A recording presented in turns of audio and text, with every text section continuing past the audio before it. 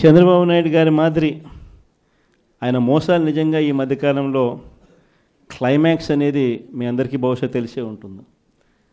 మొన్న ఈ మధ్యకాలంలోనే క్లైమాక్స్కి చేరినాయి. మామూలుగా చంద్రబాబు నాయుడు అనే వ్యక్తి అబద్ధాలు చెప్తాడు, మోసం చేస్తాడు అన్నది మనందరికీ కూడా బాగా తెలిసిన విషయాలే.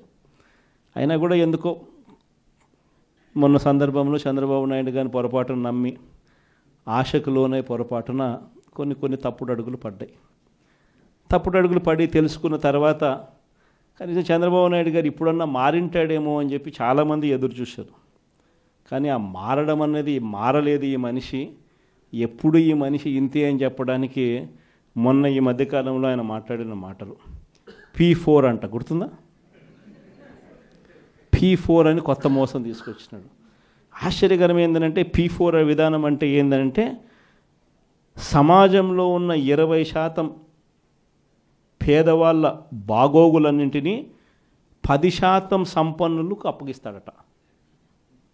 అసలు ఈ మనిషి ఏం మాట్లాడుతున్నాడో నాకే అర్థం కాల రోజు చెప్పిన తర్వాత.